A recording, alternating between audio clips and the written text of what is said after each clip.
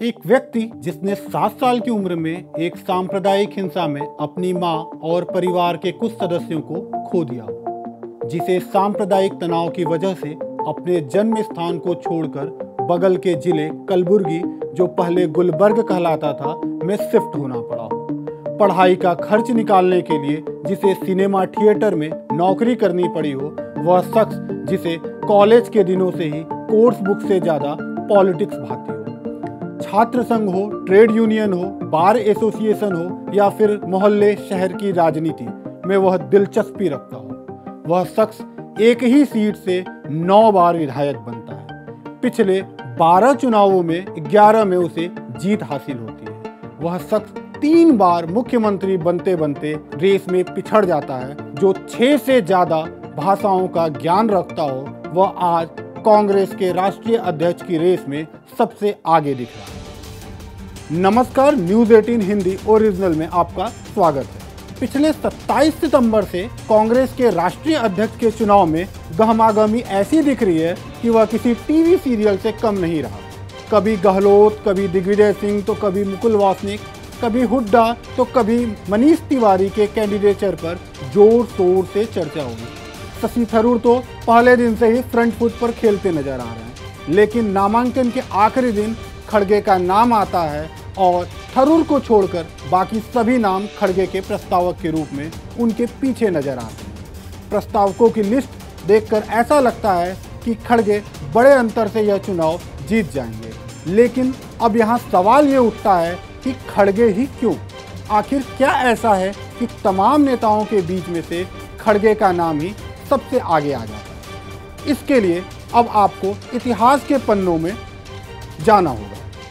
गहलोत का जब नाम सामने आ रहा था तो उनका सीवी सबसे ज़्यादा चर्चा में था। बताया जा रहा था कि वह किस तरह छात्र राजनीति से निकलकर तमाम संगठनों से होते हुए मुख्यमंत्री की कुर्सी तक पहुंचे। यह उनके कैंडिडेचर को सबसे मजबूत बना रहा था, लेकिन जैसे ही नाम खड़गे का आता है तो उनका सीवी अपने आप से एक मजबूत राजनीतिक करियर को दिखा रहा होता है।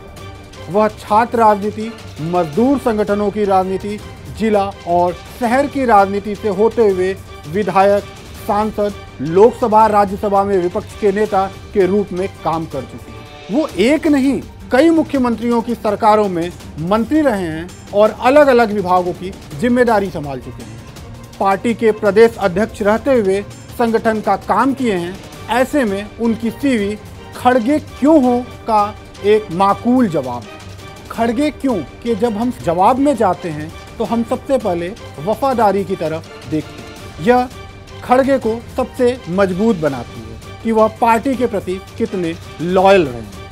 साल 1999 में जाते हैं जब वह चीफ मिनिस्टर के रेस में सबसे आगे नजर आ रहे थे, लेकिन आखिरी समय में MS कृष्णा को CM बना दिया जाता है। इसी तरह साल 2004 में तो लगभग उनके नाम पर मुहर लग चुका था, लेकिन इस बीच उनके ही जूनियर और उनके सबसे करीबी दोस्त कहे जाने वाले धर्म सिंह को CM बना दिया गया। ताज्जुब की बात है कि जो व्यक्ति चीफ मिनिस्टर बनने जा रहा हो, वह व्यक्ति अपने जूनियर और दोस्त धर्म सिंह के कैबिनेट में मंत्री बनता है, और जब उससे सवाल पूछा जाता है कि आप मंत्रिमंडल में कैसे शामिल हो रहे हैं, तो वह कहता है कि मुझे मैडम ने कहा है।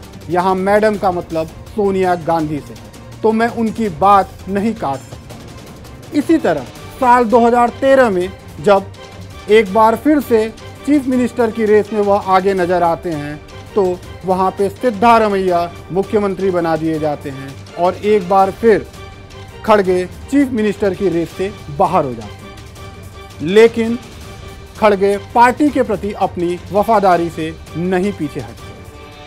खड़गे के कैंडिडेचर का दूसरा सबसे मजबूत पहलू उनका अनुभव है। वह तमाम संगठनों में काम कर चुके हैं, ग्रास रूट से राजनीति शुरू की, विधायक, मंत्री, सांसद, राज्य में मंत्री, केंद्र में मंत्री रह चुके हैं। साल 2014 में जब कांग्रेस का एक बुरा दौर शुरू हुआ तो वह सदन में पार्टी के मजबूत तरीके से पक्ष रखते नजर आए। उन्होंने नेता विपक्ष की जिस तरह से जिम्मेदारी निभाई, उसे हर कोई मानने को तैयार रहता है। ऐसे में उनका अनुभव उनकी दावेदारी को मजबूत करता है। खड़गे के कैंडिडेचर को मजबूत करता है उनका तीसरा और सबसे मजबूत पहलू, जिसमें वह सोनिया गांधी और राहुल गांधी दोनों के करीबी नजर आते हैं। खड़गे एक ऐसे नेता के रूप में देखे जाते हैं जो इंदिरा और राजीव गांधी के साथ भी काम कर चुके हैं और सोनिया और राहुल के साथ भी काम कर रहे हैं। वह सोनिया गांधी के भी करीबी हैं और राहुल के भी। अगर तस्वीरों पर जाएं तो आप देखेंगे कि हाल के वर्षों में राहुल गांधी जब भी सदन से सड़क तक किसी मुद्दे पर आंदोलन करते नजर आए हैं तो उनके सबसे करीब खड़गे ही दिखे। ऐसे ही अगर आप तमाम मौक़ों पर देखेंगे कि सोनिया के साथ सबसे करीब में खड़गे ही दिखे।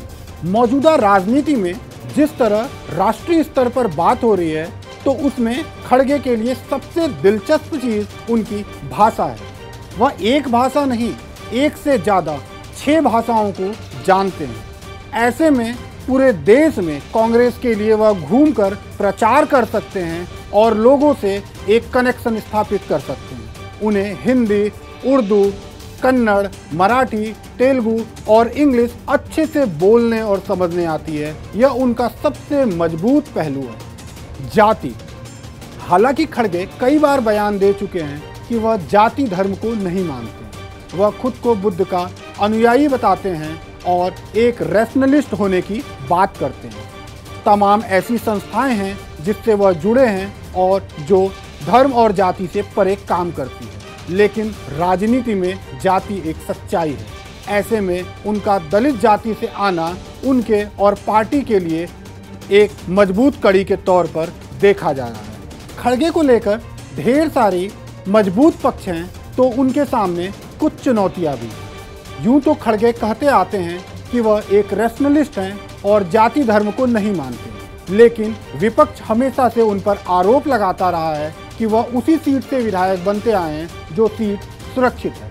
ऐसे में वह कैसे कह सकते हैं कि वह जाति और धर्म को नहीं मानते। दूसरी तरफ खड़गे के सामने उनका साल 2019 के लोकसभा चुनाव में बुरी तरीके से हारना एक चुनौती के रूप में है, क्योंकि विपक्ष इसी मुद्दे पर बार बार कहता है कि अब खड़गे चुके हुए नेता हैं। खड़गे को लेकर तीसरी चुनौती है उनकी उम्र।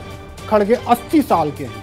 एक तरफ कांग्रेस भारत जोड़ो यात्रा कर रही है जिसमें यात्रियों की औसत उम्र 38 साल है। ऐसे समय में एक 80 साल का शख्स पार्टी अध्यक्ष बनता है तो वह किस तरह हर कार्यकर्ता के साथ खड़ा हो सकता है, इस पर भी सवाल उठते हैं। अब देखना यह है कि 17 अक्टूबर को होने वाले चुनाव में खड़गे किस तरह से परफॉर्म करते हैं और क्या 19 अक्टूबर को वह पार्टी अध्यक्ष बनते हैं। इस तरह के और वीडियोस के लिए आप न्यूज़ 18 हिंदी के ओरिजिनल को देखते हैं।